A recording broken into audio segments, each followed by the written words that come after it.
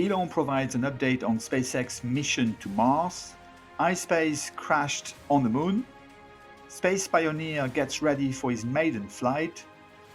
Latest update at Starbase. Launches of the week.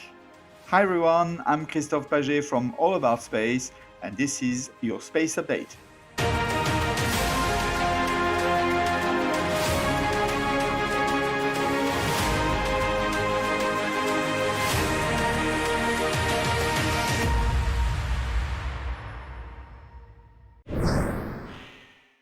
After the Starship flight test number 10 from Starbase City in Texas, Elon Musk has provided an update on his ambition for the next Starship hardware and Mars colonization.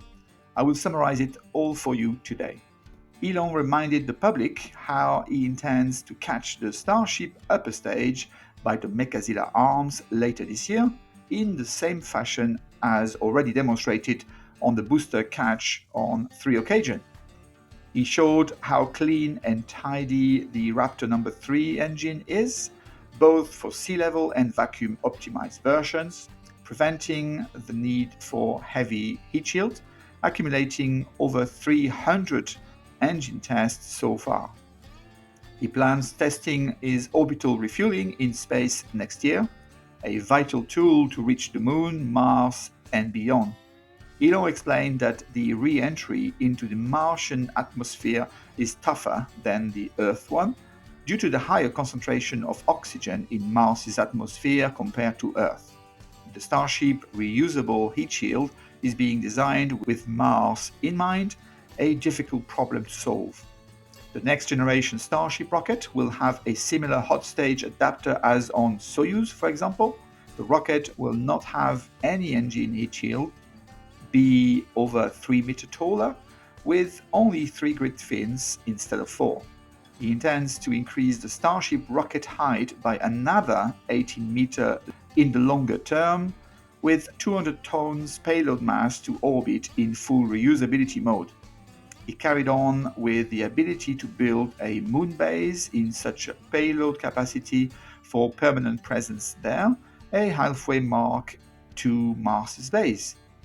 By the end of the next year, the next Mars transfer window, SpaceX will launch 5 uncrewed Starships, bringing a total of 25 tons of hardware, including Optimus Prime robots from Tesla, to the surface of Mars in the Arcadia region, and return some ships within a couple of years.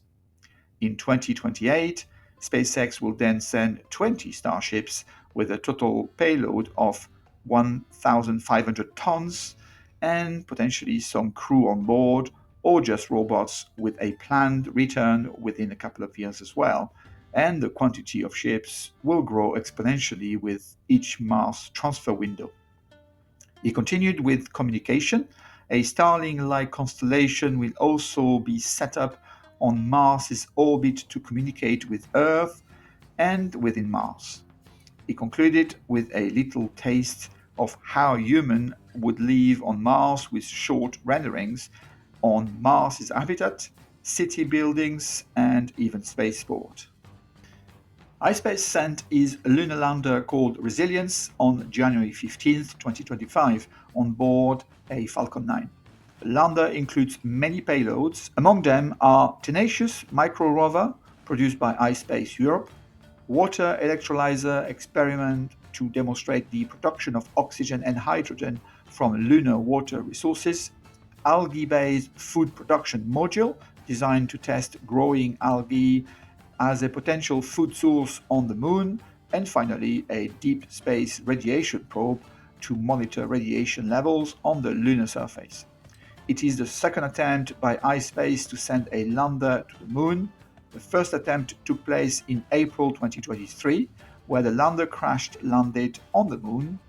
Cause of the crash was attributed to software error related to altitude measurements. The second lander, Resilience, has been traveling for 141 days, a long trip but fuel-efficient, low-energy trajectory to the moon, involving a lunar flyby and deep space maneuvers.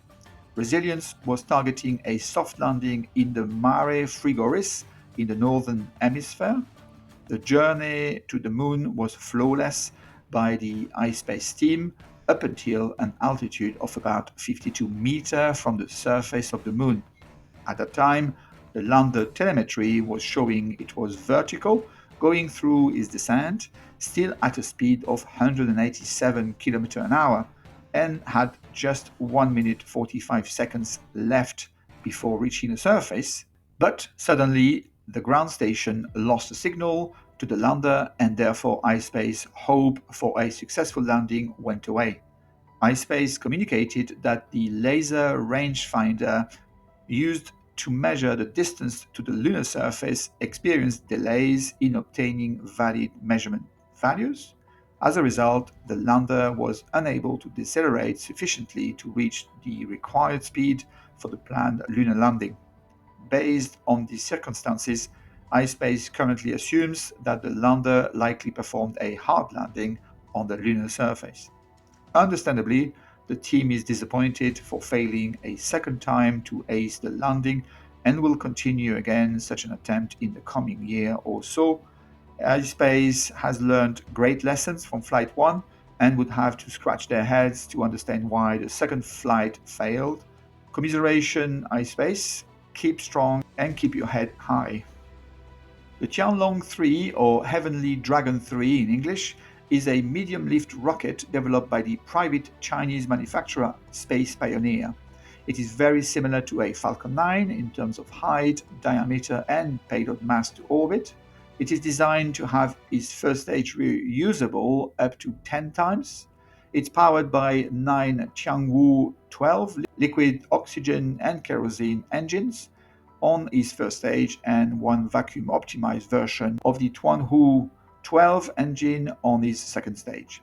The company is progressing towards a maiden flight by the end of this summer, despite the incident in June 2024 where the rocket was carrying out a static fire test and accidentally took off due to undersized infrastructure.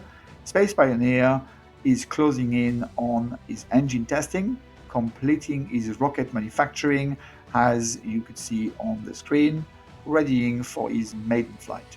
Space Pioneering has a lot of work ahead to successfully fly his rocket and fulfill his ambition of increasing the Tianlong 3 production rate and build his larger version next, a rocket similar to Falcon Heavy. Of course, I will cover further development of this new rocket here, so do subscribe if you haven't yet, and help this channel grow by clicking on the like button if you enjoyed it to further support your channel. Thank you for your support. At Starbase launch site, SpaceX is pursuing its complex assembly of its pad number 2, with here a focus on its launch mount. Pad number 1 is of course being refurbished after the previous flight tests in preparation for the next. Talking of which, booster number 16, the one to be used on the next Starship flight test number 10, has been rolled out to the launch site and mounted on the pad number 1 for static testing.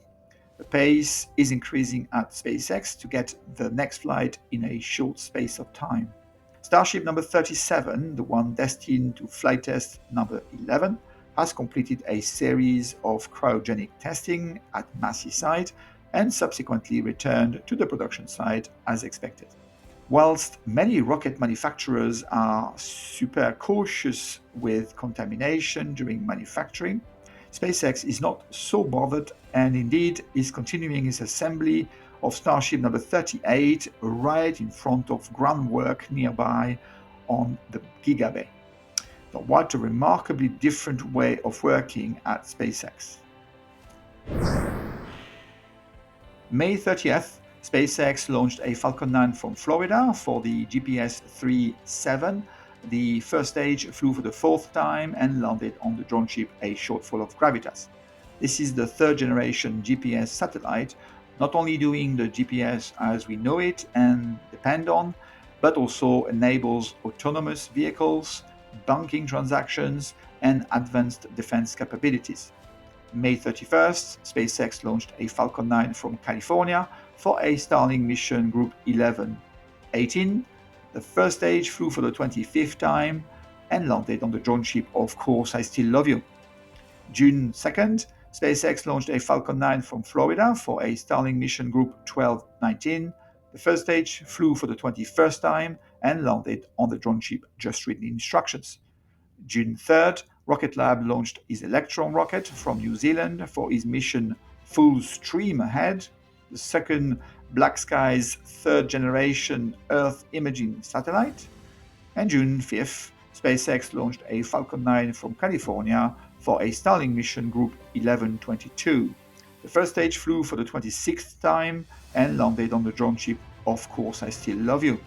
Finally, CSC launched a Long March 6A from China for his mission SatNet Leo Group 4, a batch of about 18 internet communication satellites, a direct competitor to Starlink and Kuiper constellations. In summary, from January 1st until June the 5th, 2025, 121 rockets were launched successfully. Out of that, 78 were from an American company or institution and 33 from China. I leave you this week with a picture of the central part of our galaxy taken by the Hubble Space Telescope. The galaxy is very bright, despite a huge distance from us, situated some 27,000 light years away. The reason for this brightness is explained by the huge number of stars.